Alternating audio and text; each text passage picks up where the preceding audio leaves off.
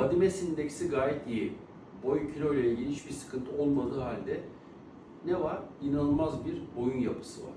Boyun yapısı kısa. Hyoid mesafesi dediğimiz şu mesafe çok kısa. Şurada bir hyoid kemik var. Buradaki bizim boyun kaslarımızı tutan. Şimdi sorunu çözerken, horlama ve uyku apnesini çözerken, bak bu böyle bir sagital kesim.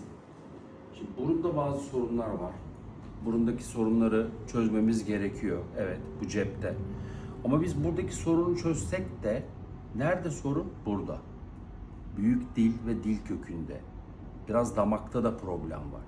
O yüzden biz bu horlama sorununu ve beraberindeki uyku apnesi sorununu çözmek için 1, 2, 3 en az bu 3 bölgeyi değerlendirip ona göre tedavi protokolü oluşturmamız gerekiyor.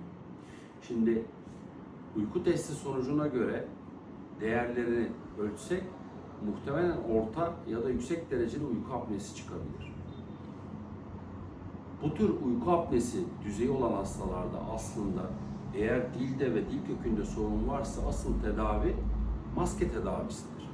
Ameliyatsız takarsın maskeyi, hayatına devam edersin. Sadece maskeyi rahat kullanabilmek için burundaki problemleri çözersin. Çünkü sorun dilde. Şimdi ağzınızı açın. Aa.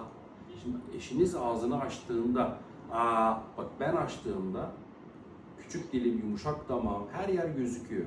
Mallampati indeksi deniyor buna. Şimdi beyefendi açtığında gözükmüyor. Neden? Dilinin yapısı.